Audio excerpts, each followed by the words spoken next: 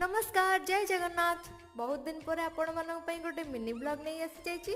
आज थिला हमर मैरिज एनिवर्सरी तो सकाळु सकाळु उठी प्रथमे ठाकुर को पूजा करिवारे लागि पड़ली। आ तापरे आमे दुई जण नुआ ड्रेस आ नुआ साड़ी पिंधिकी आमे आपण मानक आगे रेडी आसी गलु। एबे आमे चलिलु मंदिर। आमे तो सब सोमवार मंदिर जाऊ आउ हमर आज एनिवर्सरी भी सोमवार पड़ी जाइछि। आउ सेति पई खुशी रे आमे टिके चली आसछु हम बापांक घर को। रुहंतु रुहंतु रुहंतु बापांको तो परे देखा करिबा, आगो माँ को दर्शन करिबा। जानि नाहंती कि माँ और बापा परा एक। माँ को दर्शन कले बापा खुश और बापा को दर्शन कले माँ भी खुश। मंदिर रे दर्शन कर सारला परे आमे टिके ठाकुरंक पाखरे बसिलु। जानिथिबे मंदिर रे बसिले टिके मन को शांति मिले।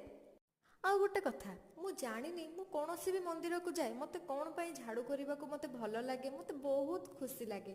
आ आज एनिवर्सरी रे जेहेतु सोमवार थिला आज टिके मंदिर रु प्रसाद आनी आमे दुई जण खुशी रे खाइ